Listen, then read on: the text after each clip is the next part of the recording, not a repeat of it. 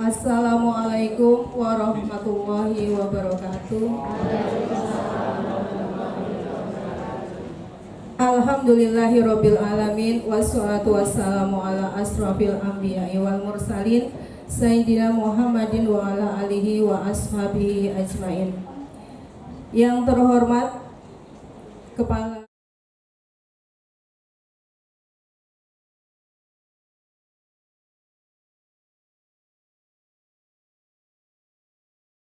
Rakyat Bapak Soekarno SPD MSI, yang kami hormati Bapak Pengawas SMA Cabang Dinas Wilayah 6 Provinsi Jawa Tengah, serta yang kami hormati dan kami banggakan Bapak Ibu Guru, karyawan dan karyawati SMA Negeri 1 Sragen.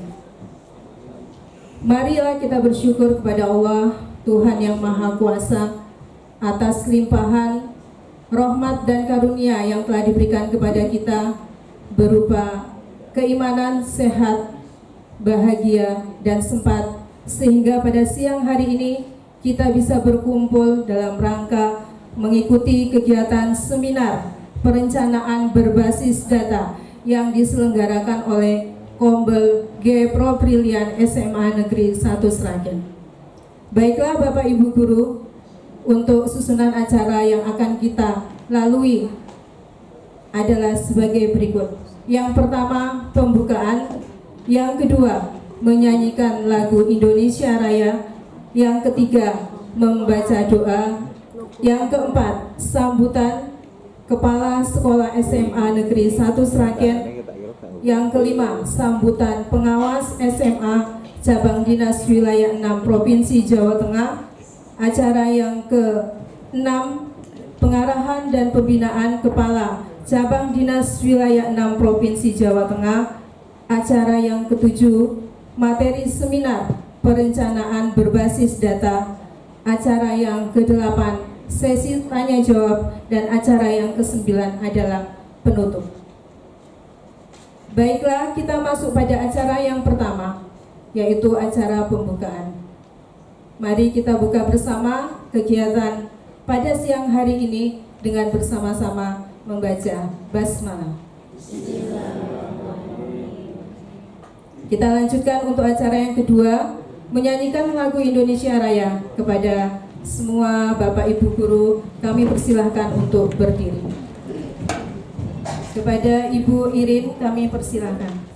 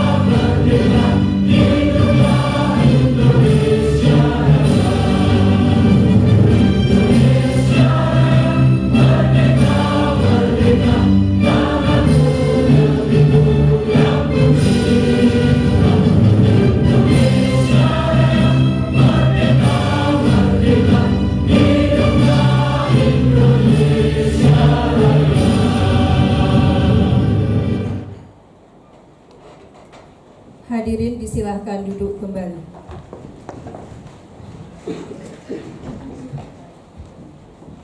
Kita lanjutkan pada acara yang ketiga, yaitu pembacaan doa kepada Bapak Hudoli Aryadi SAG. Kami persilahkan.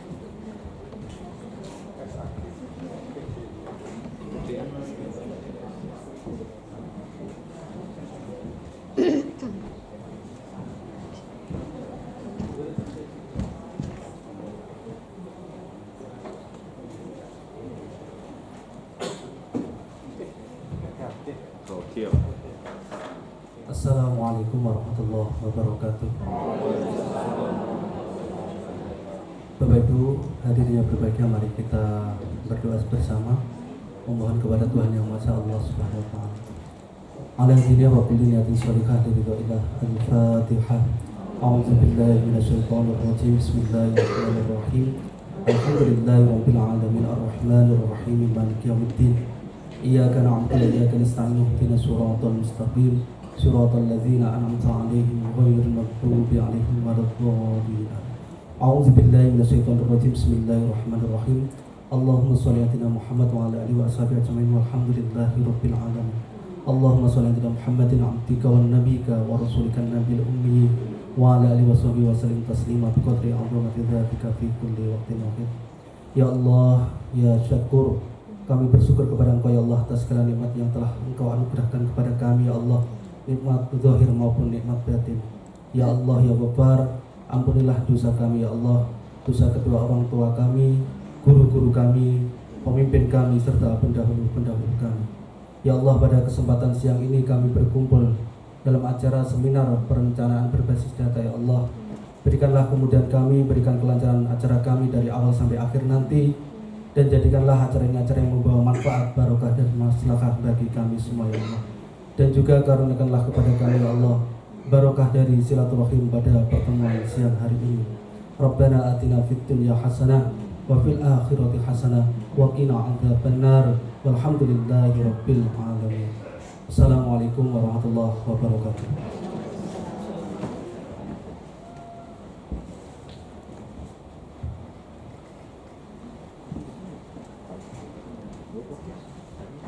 Bapak Ibu, kita lanjutkan pada acara selanjutnya, yaitu sambutan yang pertama dari Kepala Sekolah SMA Negeri 1 Sragen kepada Bapak Soekarno SPD MSI. Kami persilahkan.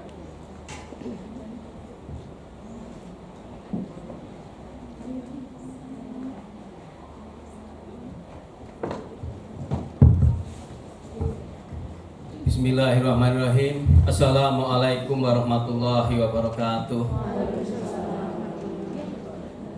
Yang terhormat para sesepuh, bini sepuh, tak lupa guru sepuh kami, terkhusus yang terhormat Bapak Dr. Andes Sunarno, MPD selaku Kepala Cabang Dinas Pendidikan Wilayah 6, dan juga yang saya hormati Bapak Trihartanto SPD MPD selaku pengawas pembina di cabang dinas wilayah 6, khususnya juga sebagai pengawas pembina di SMA Negeri 1 Sragen.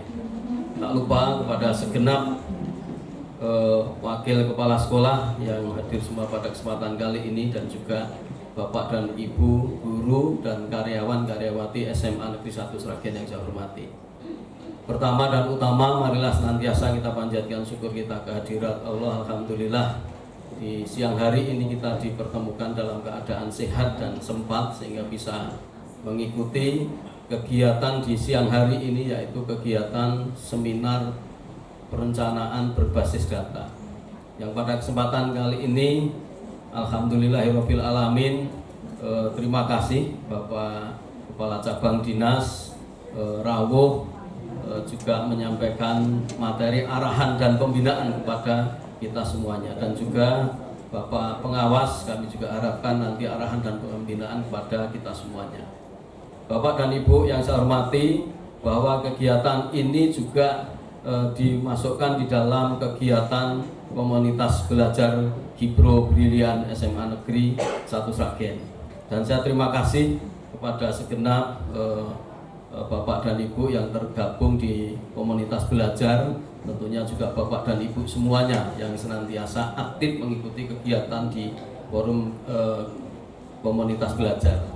Bapak dan Ibu yang saya hormati, perencanaan berbasis data itu adalah bagian yang itu dilaksanakan untuk asesmen yang harus dilakukan oleh sekolah penggerak juga. Sehingga diharapkan nanti semua kegiatan aktivitas kita semuanya tentunya berbasis data. Selain ada digitalisasi sekolah dan sebagainya, perencanaan berbasis data ini menjadi hal yang penting, termasuk di dalam rencana penyusunan rencana kerja sekolah, rencana kerja tahunan, rencana kerja kepala sekolah itu juga berbasis data. Juga rencana di dalam kegiatan pembelajaran Bapak dan Ibu di dalam menyusun modul ajar, modul project itu memang juga harus berdasarkan data.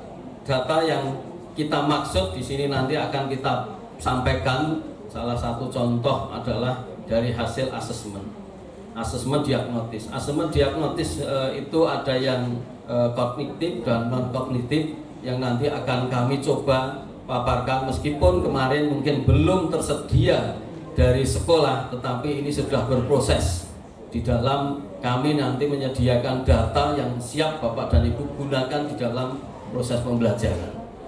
Sehingga dengan adanya sajian data yang dimiliki secara detail, secara total dari masing-masing peserta didik, paling tidak pembelajaran berdiferensiasi yang Bapak Ibu lakukan nanti ada dasarnya. Ada dasarnya yaitu data. Saya pikir itu yang perlu kami sampaikan, dan sekali lagi kami mengaturkan terima kasih atas kerawuhan Bapak Kepala Cabang Dinas Wilayah 6 dan Bapak Pengawas Pembina. Kami mohon arahan, petunjuk, dan pembinaan agar kami di dalam melaksanakan tugas kami nanti bisa sesuai dengan regulasi dan tentunya akan membawa ke peningkatan kemajuan kebaikan yang ada di SMA Negeri 1 Sragen ini. Ada kurang lebihnya mohon maaf. Billahi taufiq wal hidayah. Wassalamualaikum warahmatullahi wabarakatuh. Terima kasih atas sambutan yang telah disampaikan oleh Bapak Soekarno. Untuk informasi kepada Bapak Ibu semua bahwa seminar kali ini disiarkan di komunitas PMM, komunitas Gepro Brilian, dan juga akan difasilitasi dengan sertifikat, sehingga Bapak Ibu bisa memasukkan untuk kegiatan ini sebagai RHK di pengajuan kinerja PMM. Kita lanjutkan untuk sambutan yang kedua kepada Bapak Pengawas Pembina, Bapak Tri Hartanto, SPD MPD, kami persilahkan. Bismillahirrahmanirrahim. Assalamualaikum warahmatullahi wabarakatuh. Yang kami hormati Pak Sunarno, Kepala Cabang Dinas Pendidikan Wilayah 6. Yang kami hormati Pak Karno, ini Kepala SMA Negeri 1 Tangen di 1 Sragen, lali kan ya. Aduh men Pak. Ini. Soalnya baru saja dibel tangan dari kelingannya tangan. Yang kami hormati seluruh Bapak Ibu guru dan karyawan ini di SMA Negeri 1 Sragen. Alhamdulillah, puji syukur kehadirat Allah SWT, kita semuanya di siang hari ini dapat bertemu dalam rangka kegiatan seminar perencanaan berbasis data di SMA Negeri 1 Sragen ini dalam keadaan sehat, tidak ada halangan suatu apapun. Bapak dan Ibu yang kami hormati, ini perlu kami sampaikan dan kami mengingatkan bahwa di bulan Januari ini adalah masa-masa kita banyak melakukan perencanaan. Dari perencanaan di e-kinerja maupun perencanaan proses pembelajaran kita di semester 2. Jadi kan sudah kita mulai. Jadi bagaimana langkah-langkah kita dalam proses pembelajaran yang akan datang. Dari situ Bapak dan Ibu sudah bisa mempunyai perencanaan yang matang. Yang pertama salah satunya adalah di e-kinerja. jenengan harus membuat RHK. Saya kira ini sudah tanggal-tanggal di tanggal 25. Berarti kan RHK penjenengan sudah proses persetujuan.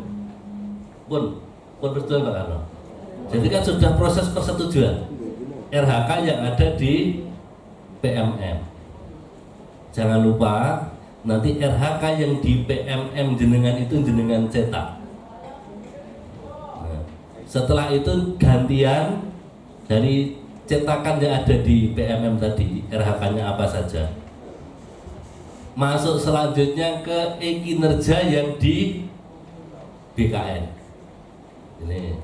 Jadi di BKN sambil kita tunggu. Karena kan urutannya berbeda. Kalau yang ada di PMM itu jenengan buat dulu, baru disetujui atasan.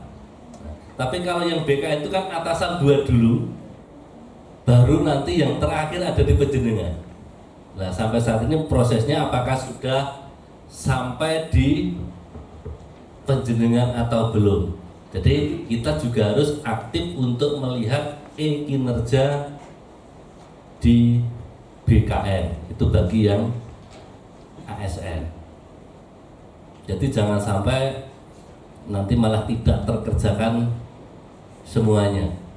Nah, maka kita tunggu saja nanti sampai dengan tanggal 31 kalau nanti bisa terintegrasi, karena kan PMM terintegrasi dengan BKN yang nyatanya sampai saat ini kan belum. Itu dan kita tunggu nanti, alhamdulillah kalau bisa terintegrasi berarti kan kita buatnya hanya yang di PMM, tapi ngunjagani mawon ini kita buat ke dua-duanya. Ini selanjutnya Bapak dan Ibu, kalau kita lihat yang ada di RHK itu, saya perhatikan dari sekian banyak sekolah yang ada di Kabupaten Sragen maupun di Kabupaten Karanganyar selaku dampingan dari saya, itu rata-rata Bapak dan Ibu guru ini posisi sekarang itu masih banyak yang bingung masalah RHK, terutama pada bagian poin-poin. Jadi yang dipikir sing dijak jagungan itu bagaimana caranya dapat poin. Ini jadi saya pikir anak webinar, di situ nge-share grup itu webinar, nge-share webinar, ada pelatihan, sehingga menjadikan gurunya itu malah bingung. Jadi webinar sing kepiye dan sebagainya, saya dibikin kok bukti fisik. Jadi kan mikirnya, ikut melu webinar iki atau ikut pelatihan ini, apakah bukti fisiknya itu bisa diterima oleh PMM? Kan masih banyak yang bingung seperti itu. Jadi dalam RHK nanti ya itu dipelajari dengan baik, bagaimana 32 poin itu bisa didapatkan, itu rasa sing angel-angel ya, kita ambil yang minimal saja, rasa tetap target itu bukan angka kredit. Poin yang penting, poin itu bukan angka kredit. Kok terjadi ambilnya petang puluh, kok angka kreditnya petang puluh, kan bukan itu.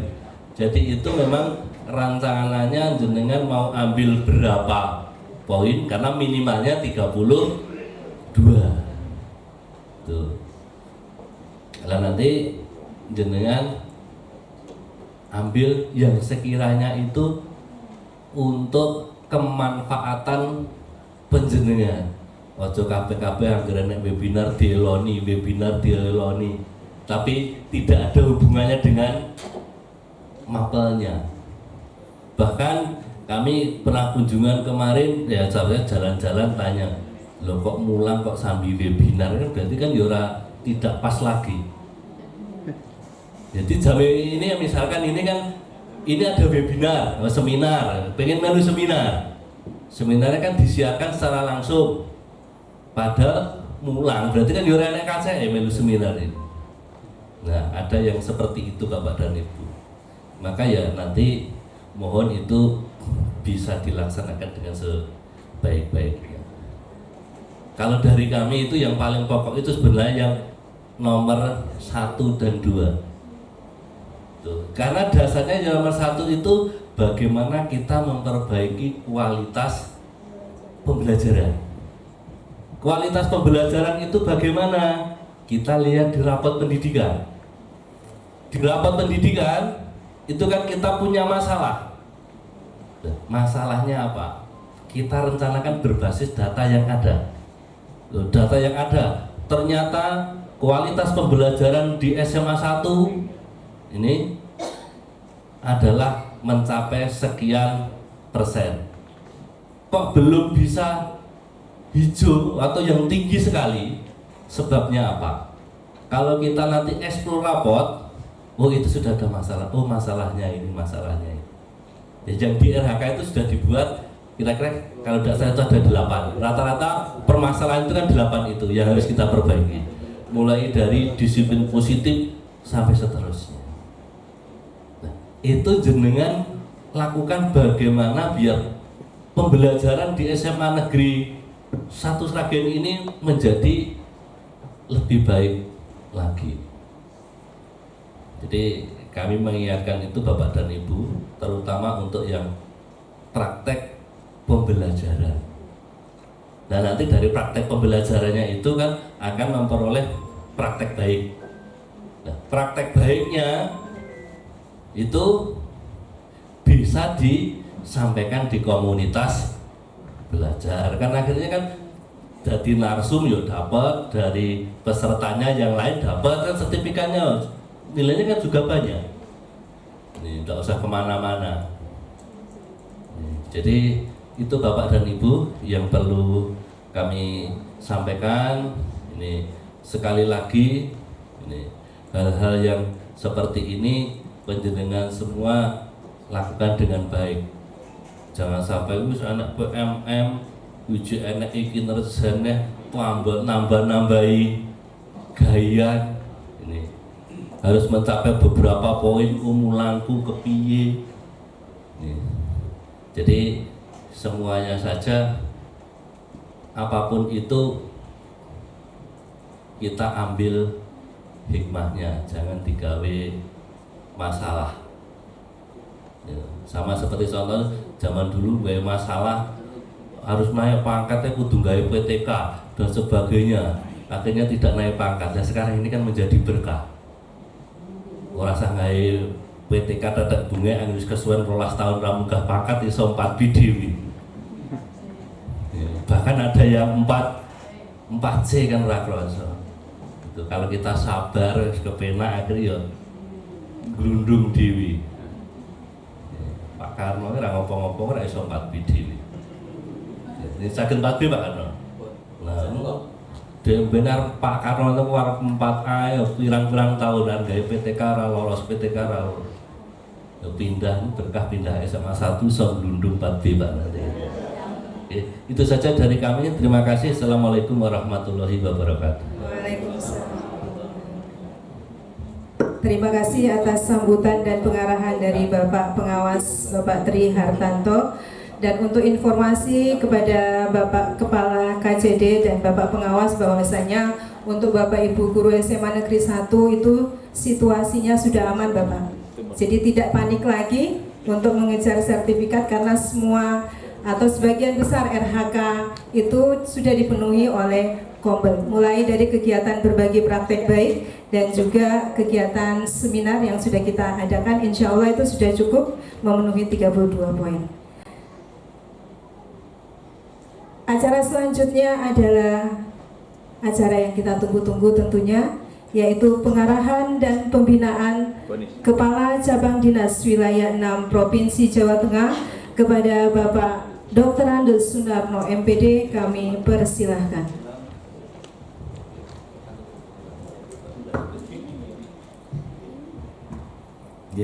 Bismillahirrahmanirrahim. Assalamualaikum warahmatullahi wabarakatuh.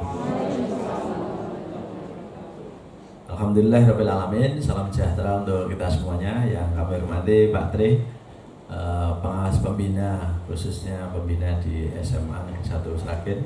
Yang kami hormati Pak Karno, Kepala SMA Negeri 1 Sragen. Ini betul-betul pakar ini, Pak Karno. Yang kami hormati Bapak Ibu sekalian, Bapak Ibu guru dan karyawan ya, kelihatan ada karyawannya tadi kelihatannya. SMA Negeri 1 Sragen. Alhamdulillah saya hari ini bahagia sekali bertemu dengan saudara-saudara kami, Bapak Ibu guru SMA Negeri 1 Sragen. Kelihatannya saya ngisi di sini baru sekali ya. Zaman dulu tuh ya. Ya. Berapa kali? Ini yang kedua ini kan? Iya. Dulu hanya sekali dan di sini yang sebelah kanan saya Bu Betty pada saat itu. Nah, gitu. Nah, saya eling-eling kok saya munggah itu. Oh ini kita tahu sekali di sini. Alhamdulillah. Ya kalau ke sininya mungkin lebih dari sekali. Tapi untuk jadi narasumber Bapak Ibu guru baru ini yang kedua. Bapak Ibu yang kami hormati. Tadi udah ditanya Pak Tri sampai jam berapa Pak? Pak Tri itu karena Pak Tri sudah tahu itu kalau tidak ditanya itu nanti Pak Nana lali ngerti-ngerti jam 5. Karena dalam hidup saya itu yang mengembirakan itu mic ini lah. Jadi kalau senangnya kalau mic itu udah lali waktu gitu biasanya. Tapi saya senang ada Pak Tri yang biasanya mengingatkan karena ya di lain tempat masih ada tugas yang harus dilaksanakan gitu Pak Tri. Saat ini jawabnya saya sampai jam 2:30, jadi saya 60 menit efektif maksimal ya, maksimal. Itu 60 menit itu tak tahan-tahan loh Pak Tri ya. Biasanya itu minimal 120 menit ya. Jadi ini tak tekan jadi 60 menit ya, 60 menit. Ya malah mungkin bisa kurang ya karena masih harus podcast juga katanya ya. Jadi waktu saya bagi, jadi mungkin saya kurangi sedikit nanti ya podcastnya kalau 10 menit ya berarti ini 50 menit. Nih langsung aja guys sekalian. Yang pertama pesan-pesan dulu ya, pesan dulu karena kita ini di bawah Dinas Pendidikan dan Kebudayaan Provinsi Jawa Tengah, kemudian di bawah pemerintah Provinsi Jawa Tengah. Hari Rabu sepekan yang lalu itu di kantor itu dirawuhi piyai luhur dari Sragen, yaitu dari Dewan Pendidikan ya.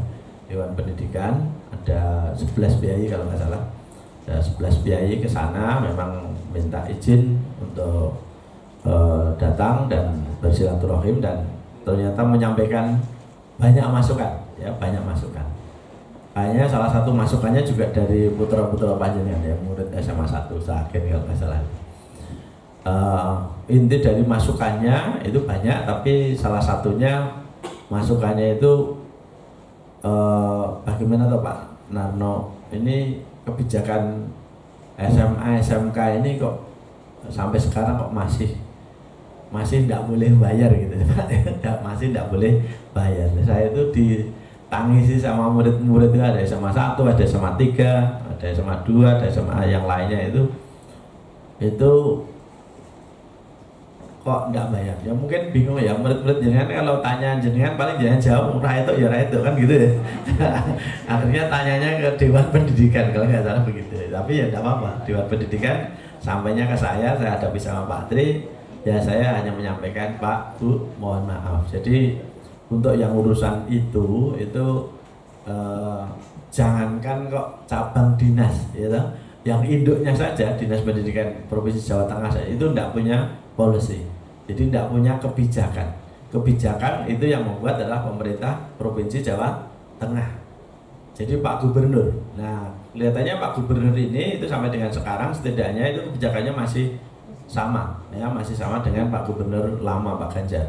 Jadi masih sampai dengan sekarang ini itu masih kebijakannya adalah zero pungutan. Kenapa Bapak Ibu?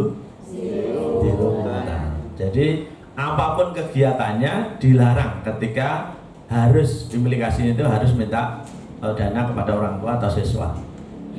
Nah, kadang-kadang anak-anak itu ya mengelabui Bapak Ibu guru. Ya ngomongnya ini P5 ini cari sponsor gitu. Ternyata jadi orang cari sponsor, bocah-bocah jadi daurunan gitu. Nah kalau misalnya ada kayak gitu ya itu tetap pelanggaran ya. pelanggaran kalau dilaporkan, ya kan? Kalau tidak dilaporkan ya tidak pelanggaran. Jadi kalau saya BAP jenengan itu ya hanya karena ada yang lapor Pak Karno ya, bukan karena saya benci. Bahwa jenengan pelanggaran terserah, kalau tidak ada laporan tidak akan saya apa-apakan, karena saya itu tugasnya hanya menindaklanjuti kebijakan dari atas gitu. Jadi kalau misalnya ada pelanggaran dikit-dikit ya ndonga wae, ora nek sing lapor. Misalnya waktu dong bayar jadi apa pelanggaran nek sing lapor. Ya kan saya nggak ngerti, tapi ya rambu-rambunya seperti itu sekalian. Jadi berikut implikasinya banyak ya, berarti ya nggak boleh jual seragam, nggak boleh buat jual atribut, ya kaos olahraga, piknik, buku kenangan, pentas seni, ya dan lain-lain ya. Kegiatan pramuka, LDK dan seterusnya, itu ya berarti gimana Pak kalau seperti itu? Apalagi SMA 1 Sragen itu kan saya tahu SMA favorit. SMA favorit itu muridnya pinter-pinter. Murid pinter-pinter itu biasanya ora gelem meneng, gitu. Nah, maka saya siswanya siapa sekarang? Gitu Pak ya. Nah, mesti jenengane mesti walah bendina dongane wis ora aja nembung apa-apa ta cah gitu ya. Karena mesti anak-anak itu pengen gini, pengen gitu, pengen membuat gini, pengen gitu dan seterusnya. Apa meneh harus sekedar wakase kesesuaian, ya tidak bisa apa-apa, ya tidak bisa apa-apa. Jadi ya jadi kan nek misalnya ada yang menghadap terus kowe rasa ngomong, tak jawab langsung kowe. Aku ngerti kowe mesti arep ngene gitu ya. Nah, jawabannya berarti memang belum diizinkan. Jadi kita sebagai ASN itu intinya berarti sebagaimana pesan Pak Karno kalau di kantor udah pesan-pesan kepala sekolah tuh pesan sama yo tenanan yo tegas gitu ya. Tapi kadang-kadang kepala sekolah itu tegas kalau pas di kantor.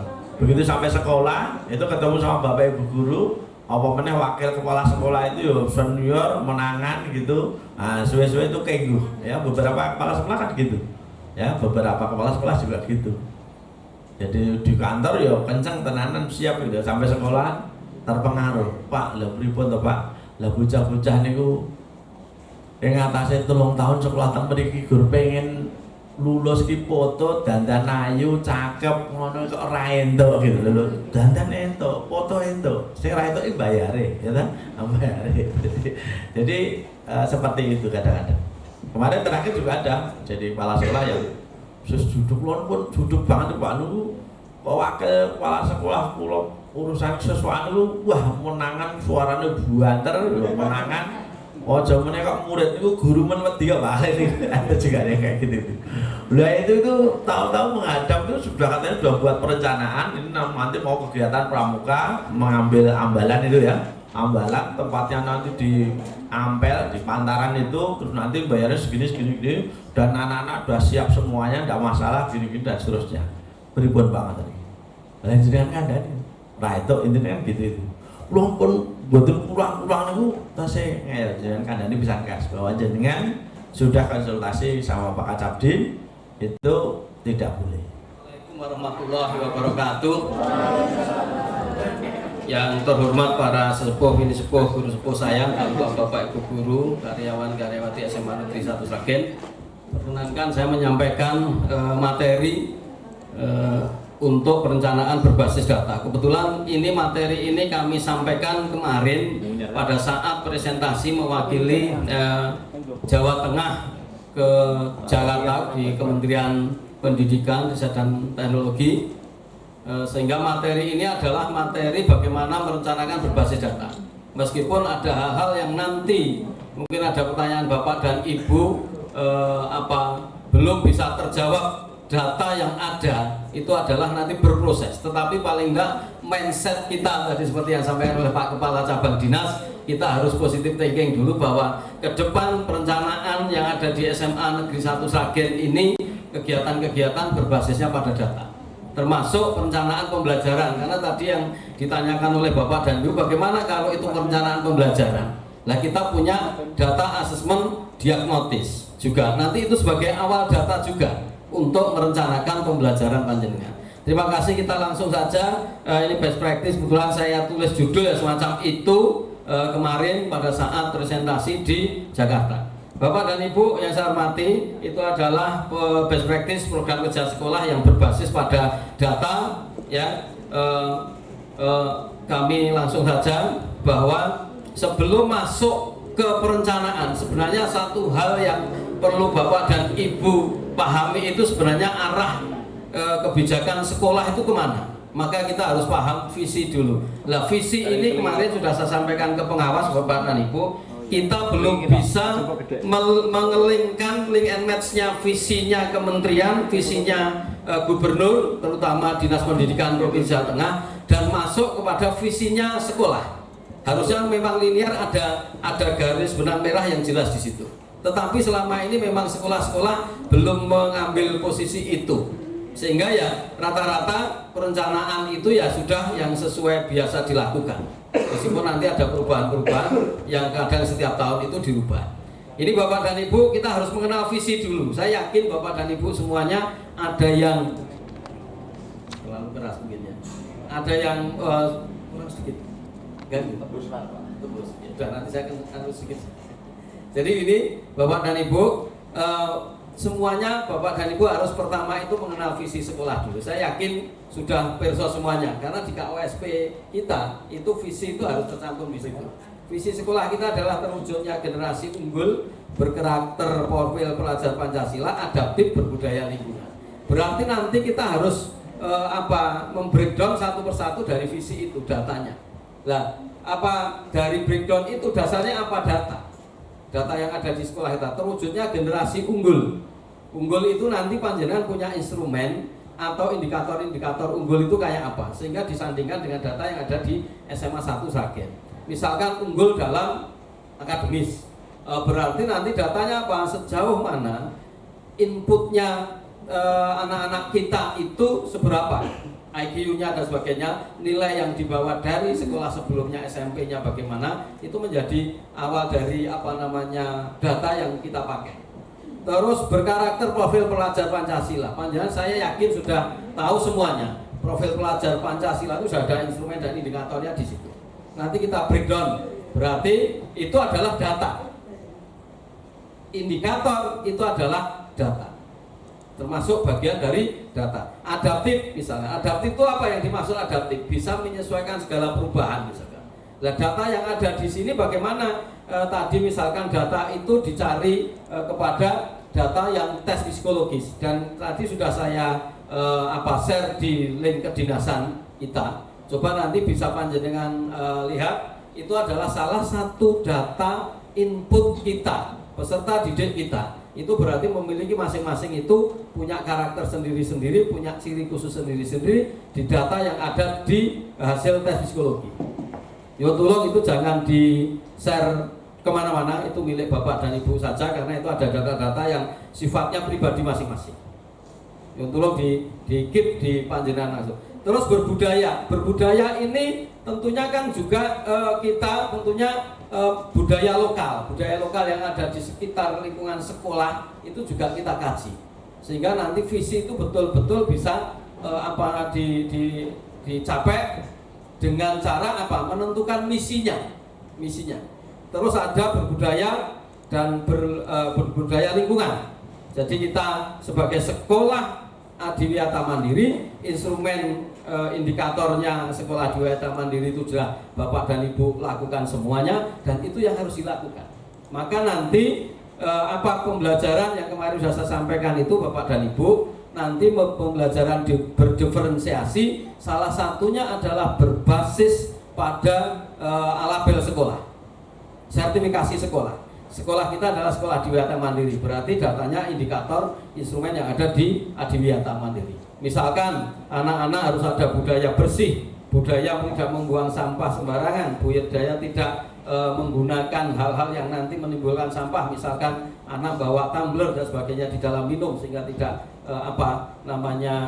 beli minuman yang pakai plastik yang itu mencemari. Itu contoh nanti di dalam menentukan program pembelajaran panjenengan ke arah sana.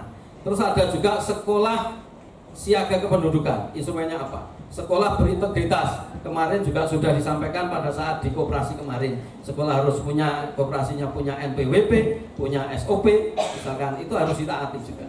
Nah, itu data juga, itu basic data juga. langsung Bapak dan Ibu, misi saya pikir tadi sudah sampaikan bahwa misi itu adalah tujuan utama yang akan dicapai oleh sekolah ini, dan misi adalah bagaimana cara untuk meraih atau menuju pada pencapaian visi. Udah, misi sekolah sampun, ini cepet-cepetan ya, karena ini sudah kita sepakati. Kira-kira jam berapa selesai? Jam 3, tidak sempat. Itu ya. Nah, ini misalkan data yang disajikan untuk penentuan program kerja sekolah itu apa saja? Ada profil sekolah. Profil sekolah itu diambil dari Dapodik. Data Dapodik. Oke ya. Profil sekolah itu misalkan jumlah peserta, ini hanya saya ambil sebagian. Tidak semuanya kemarin karena dibatasi sekali untuk di dalam penyampaian materi PPT juga dibatasi jumlahnya. Sehingga ini salah satu contoh profil sekolah. Terus yang berikutnya ini masih profil, terusan yang juga harus perlu panjenengan pahami bahwa semua di organisasi itu pasti ada alur proses pelaksanaan kegiatan. Berarti kalau di sekolah itu ada unsur-unsur manajemen. Kalau unsur-unsur manajemen di sini nanti di dalam pelaksanaan pendidikan ada input, ada proses, ada output, ada outcome. Lah input itu adalah SDM kita. Ada siswa, ada bapak dan ibu guru, ada karyawan juga, training juga. Lah di situ akan ada yang melekat pada input tersebut, punya kecerdasan, punya potensi diri, punya latar belakang, juga ada yang non SDM, misalnya sarpras, dan juga aset yang lain. Itu termasuk input yang nanti akan mensupport ke proses. Terus yang kedua adalah prosesnya dilaksanakan, semuanya dirancang di KOSP kita. Maka nanti penting sekali Bapak dan Ibu di dalam menyusun modul ajar, modul project itu nanti akan mengkerucut pada KOSP kita. Terus langsung ada 8 standar nasional pendidikan, ada stakeholder. Stakeholder itu termasuk membantu proses juga. Semua yang terlibat dengan kita ya itu adalah stakeholder. Terus output itu bisa output akademis, non akademis. Misalkan ada prestasi berarti akademis, ada prestasi peserta didik, ada prestasi sekolah, itu otomatis. Terus outcome adalah tataran tertinggi dari sebuah proses pelaksanaan kegiatan, yaitu sejauh mana ketermanfaatan dan keterserapan di lapangan. Itu adalah outcome. Kalau anak-anak kita itu outputnya berarti prestasi, wujudnya adalah kuantitatif, nilai-nilai. Tetapi ketika sudah masuk, yang terserap di pendidikan tinggi berapa, yang terserap di dunia kerja berapa, yang menjadi pimpinan berapa, itu outcome. Ketermanfaatannya di dalam proses setelah output. Jadi paling tertinggi itu sebenarnya kalau kita menilai kualitas pendidikan itu adalah outcome-nya, bukan sekedar outputnya. Atau kadang juga yang dipandang prosesnya. Karena bisa jadi input kita ini 85 rata-rata dan output kita adalah 95. Berarti kita hanya merubah dari 85 sampai 95, 10. Tetapi ada sekolah lain yang memang prosesnya bagus, bisa merubah input yang 65 menjadi 95. Berarti ada 30 tentang yang dirubah. Berarti di situ kualitasnya bagus yang mana? Tentunya bagus yang satunya. Karena kita kadang sudah terlanjur terjebak bahwa output prestasi itu dinilai dari kuantitas saja tapi tidak kualitas proses. Makanya saya selalu memahami Bapak dan Ibu, kalau ada yang bercerita dengan ini pokoknya saya dengarkan. Nanti yang saya kaji bukan sekedar outputnya saja tetapi proses panjenengan, termasuk kemarin di dalam menentukan RHK. RHK insya Allah ini sudah kami coba untuk kami probe. Nanti misalkan panjenengan masih ada yang belum bisa menerima, karena Anda kalau sudah nanti kami probe, panjenengan pilihannya satu, ngeklik menerima saja, nggak bisa yang lain. Tapi sebelum diklik kan bisa saja panjenengan komunikasikan kepada kami. Tapi untuk awal-awal ini pokoknya jalankan RHK yang memungkinkan dilaksanakan. Nanti baru berproses. Lanjut. Ini adalah program kerja sekolah berbasis sumber data. Sumber data itu tadi selain tadi ada profil ya. Profil tadi sudah saya sampaikan di awal. Ada raport pendidikan. Ini yang selalu disampaikan oleh beberapa pembicara dan sebagainya. Selalu perencanaan berbasis data untuk sekolah itu dasar datanya adalah profil rapor pendidikan. Padahal data itu harusnya tidak sekedar rapor pendidikan. Ini yang kemarin saya sampaikan kenapa agak berbeda, Jawa Tengah agak berbeda itu yang di sini. Makanya hal yang baik, teori apapun yang panjenengan bisa lakukan itu untuk pembelajaran atau apapun itu sebenarnya tidak ada teori yang paling baik. Yang paling baik itu adalah sebenarnya konvergensi, itu menggabungkan. Menggabungkan itu dasarnya nanti basisnya data. Misalkan begini, teori psikologi perkembangan dulu itu menganut pada teori genetik. Kalau gennya orang baik, orang sukses, ya pasti sukses. Gennya misalkan bapaknya pencuri, anaknya akan jadi pencuri. Bapaknya misalkan jadi bangsawan, anaknya akan jadi bangsawan. Tetapi ada juga teori-teori yang tidak hanya itu, tetapi teori pembelajaran. Artinya anak yang bakatnya tidak baik, gennya tidak baik, tetapi kalau diajari baik akan menjadi baik. Tapi teori yang paling bagus saat ini sampai kapanpun saya masih mengaku itu adalah teori konvergensi, teori penggabungan. Berarti kalau mau sukses itu harus ada genetik yang baik, ada perubahan lingkungan yang baik, pembelajaran yang baik, baru sukses. Meskipun tadi ada teori growth mindset, itu tadi menyampaikan bahwa ada pandangan kalau yang menentukan sukses itu lebih kuat mindsetnya daripada bakat. Tetapi alangkah lebih kuat lagi kalau panjenengan menggabungkan bahwa ada bakat, ada perubahan mindset yang dirubah. Nah ini nanti masuk ke sana, ranahnya kita datanya harus punya. Kata nggih, Bapak dan Ibu, ada rapor pendidikan, profil sekolah, sumber daya sekolah, ada analisis SWOT. SWOT analisis itu strength, weaknesses, opportunity, dan threats. Strength kekuatan, weaknesses kelemahannya bagaimana, ada berapa dan berat tidak, opportunity ada peluang yang bisa dikembangkan atau tidak, terus ada ancaman atau tidak. Nah ini simple sebenarnya. SWOT analisis ini untuk perusahaan-perusahaan besar, tetapi ternyata pemanfaatannya juga bisa dipakai oleh pribadi kita masing-masing atau sekolah yang kecil sekalipun, itu bisa dipakai. Artinya misalkan ada pembanding antara ya kekuatan strength plus opportunity dibanding dengan weaknesses dan threats, itu harus paling tidak kalau itu kurang ya berarti sudah alamat sangat berat ke sebuah lembaga itu untuk dikembangkan, atau pada diri kita sangat berat untuk dikembangkan, meskipun itu bisa dirubah tadi mindsetnya. Tahu ya? Makanya ini harus dianalisis betul, boleh dianalisis SWOT, boleh kita.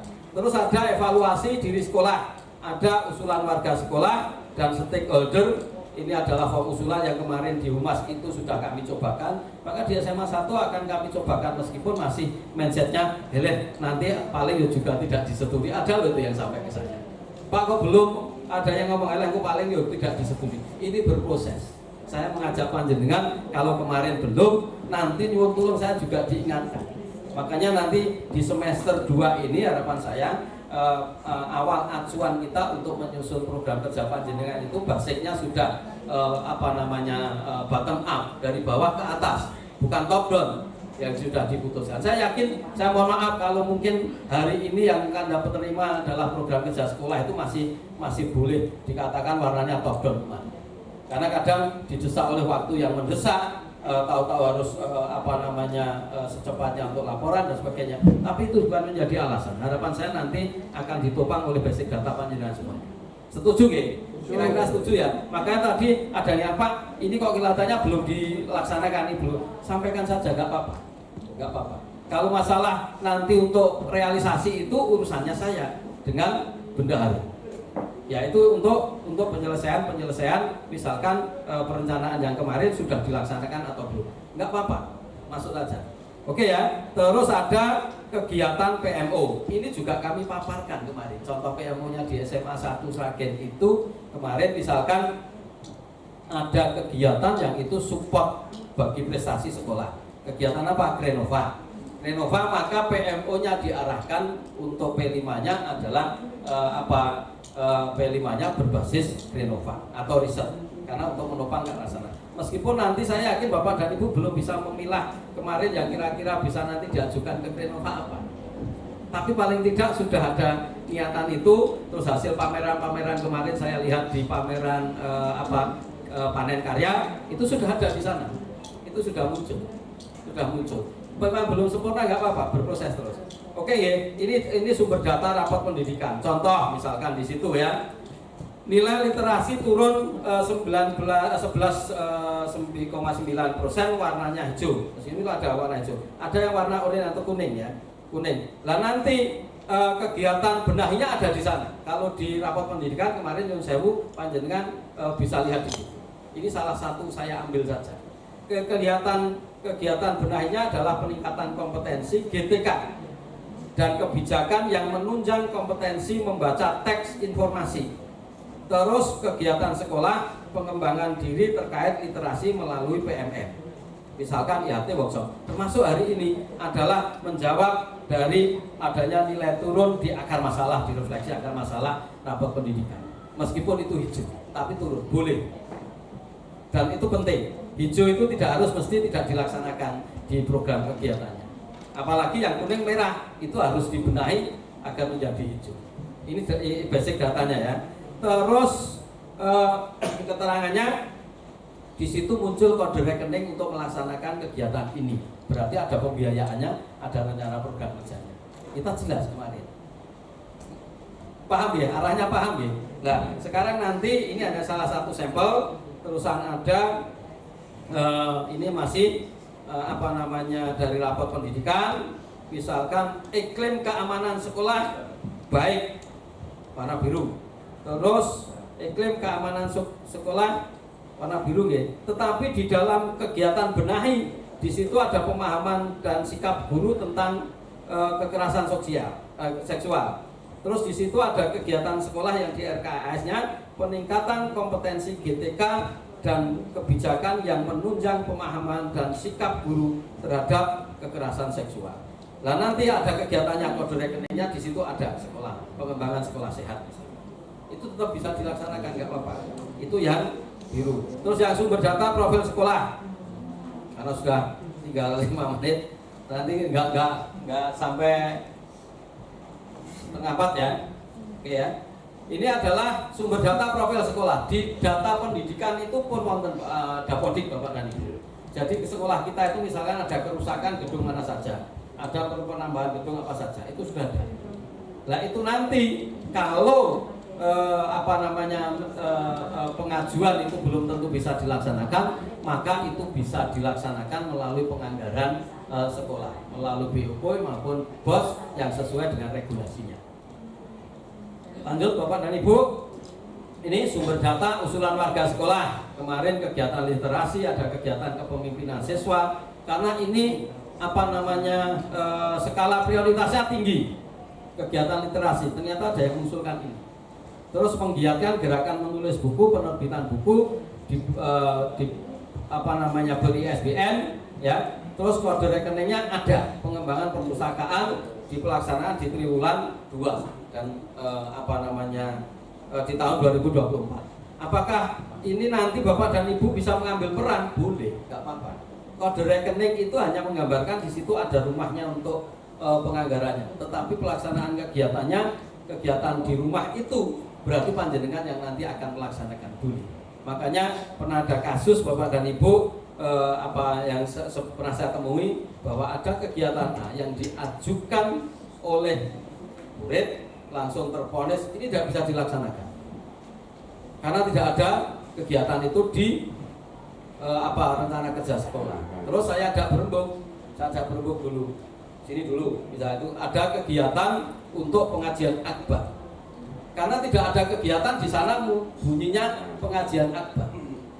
Tetapi setelah saya jelaskan ke bendahara saat itu bukan di sini, tapi di sekolah-sekolah yang pernah saya singgahi dulu, ya, akan saya jelaskan.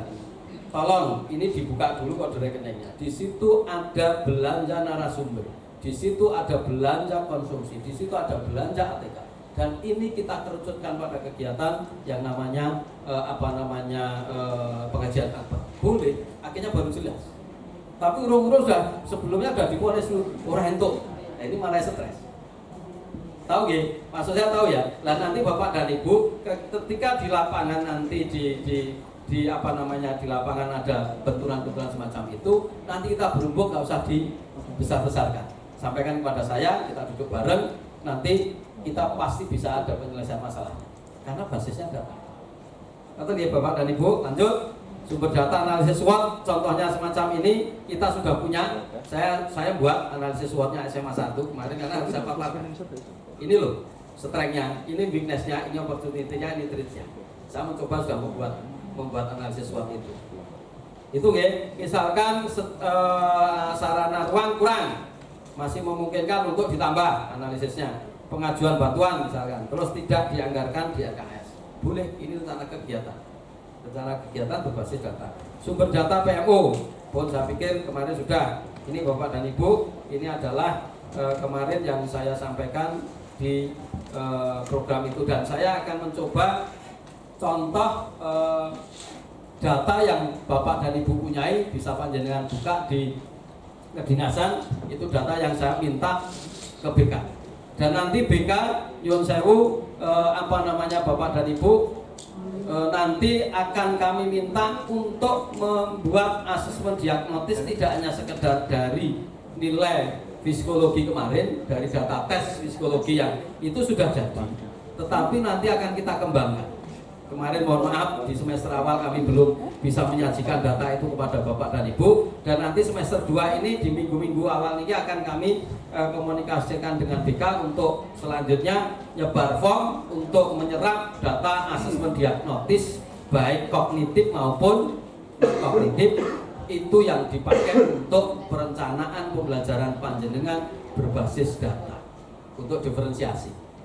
Tahu nggak Mas saya? Nah, ini coba saya perlihatkan yang pernah ada.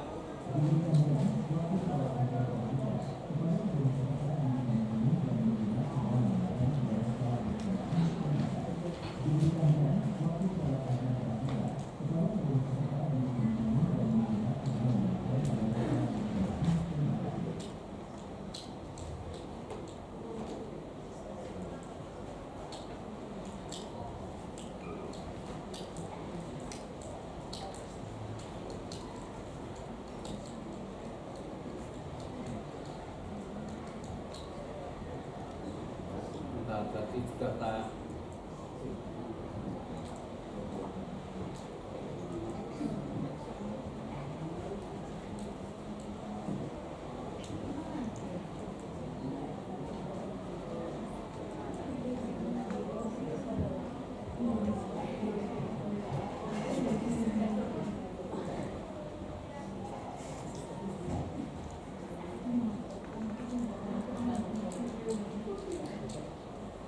ini Bapak dan Ibu, contoh ini data yang masih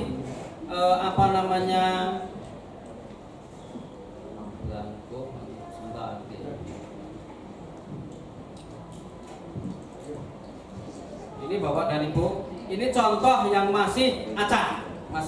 Misalkan ini contoh hasil dari data dari melalui form. Anak mengisi dari hasil tes psikologinya, tetapi ada soal jawaban yang lain.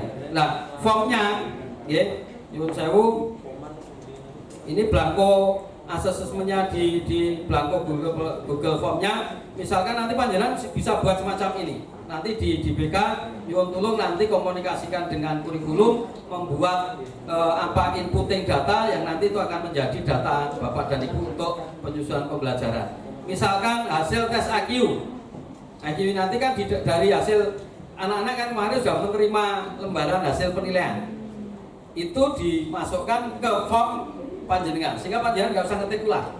Anak-anak yang akan memasukkan, nanti kita sortir hasilnya. Ini hasilnya, ini kan formnya.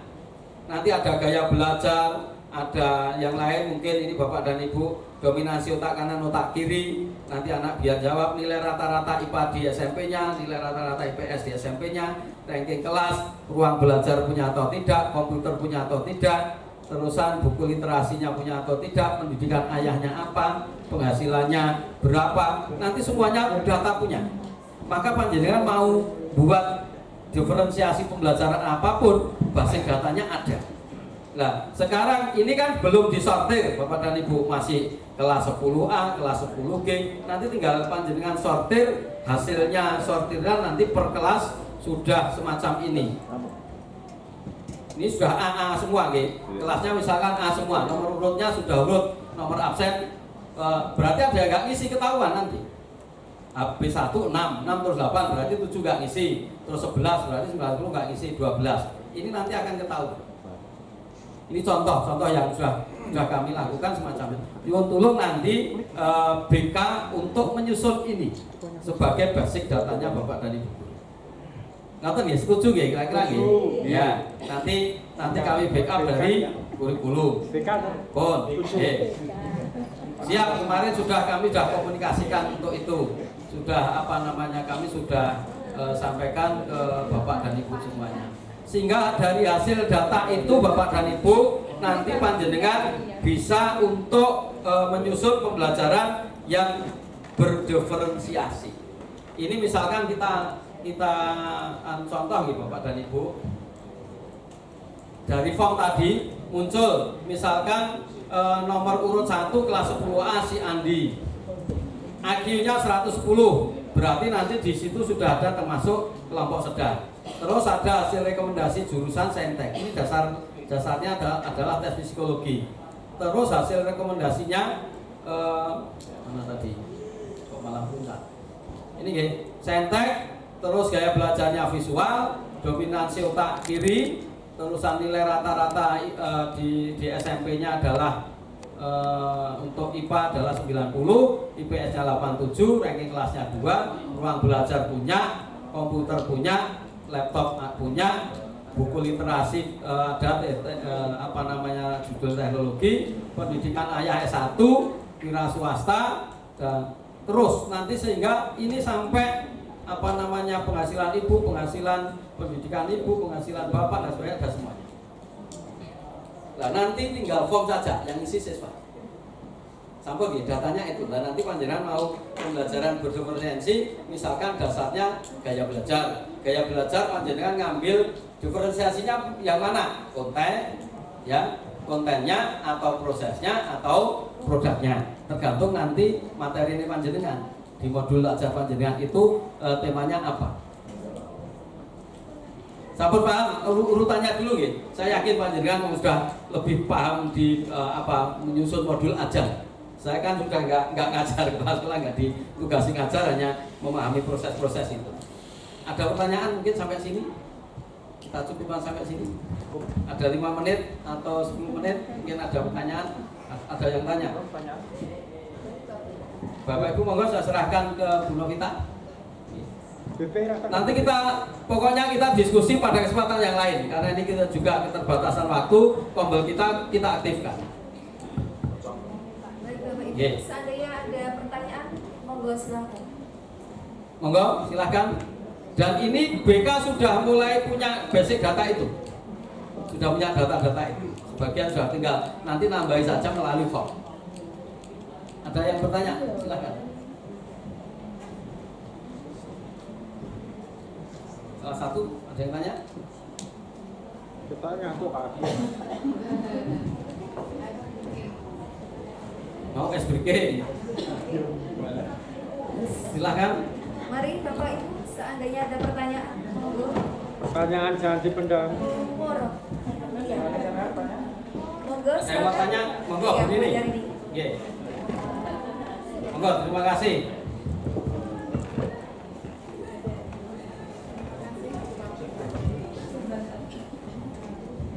Untuk hasil dari psikologi nih Pak, itu kan hasilnya itu saat itu. Jadi itu penggunaannya sampai berapa tahun? Misalnya di anak itu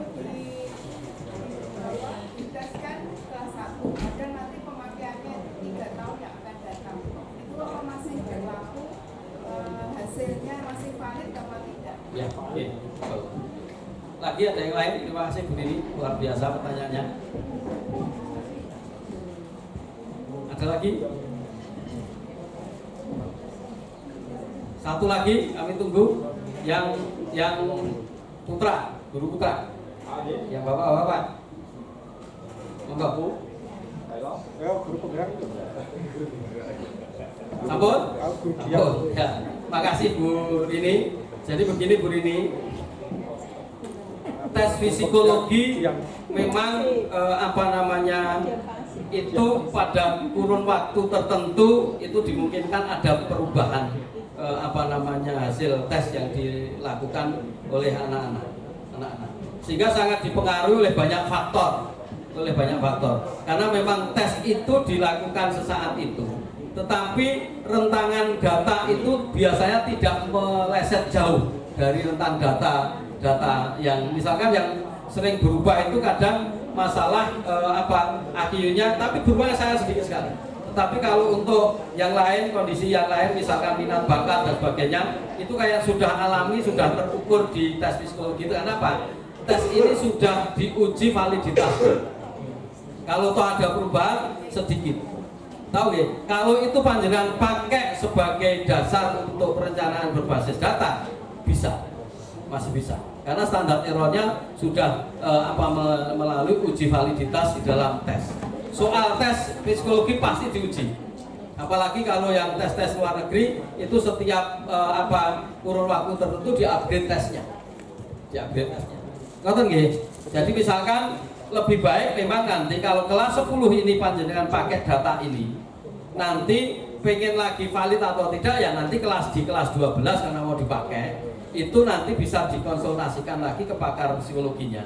Kalau enggak nanti kalau misalkan ada rekomendasi perlu diteskan ulang, ya coba kita teskan ulang. Kalau memang skema regulasinya ada, penganggarannya ada, bisa kita teskan. Atau mungkin secara pribadi panjenengan misalkan untuk meyakinkan itu hasil itu valid atau tidak, ya nggak apa-apa diuji ulang. Ngerti nggih? Tapi bagus paling tidak panjenengan sudah punya berpikir bahwa untuk uji validitasnya itu perlu diuji ulang. Misalkan nggak apa-apa, penelitian kan kesimpulan itu juga bisa diuji ulang di eksperimen kedua. Tapi sekali lagi karena ini adalah sudah terukur validitasnya, kita tetap harus positif thinking bahwa data itu adalah sesuai bisa untuk perencanaan berbasis data. Namun sudah ada lagi? Cukup kelihatannya. Iya, cukup ya. Cukup. Ya pas. Cukup nggak apa-apa ya Bapak dan Ibu. Nyuwun kalau ada masukan ke sekolah nanti kira-kira yang perlu diadakan lagi itu apa, dan kalau perlu expert dari luar maka bisa panjenengan usulkan kira-kira expertnya siapa. Pakar ahlinya siapa, nanti akan coba kami bisa hadirkan agar ke depan nanti pelaksanaan seminar ini, webinar semacam ini harus kita budayakan di sekolah ini. Terima kasih, ada kurang lebihnya mohon maaf. Wassalamualaikum warahmatullahi wabarakatuh.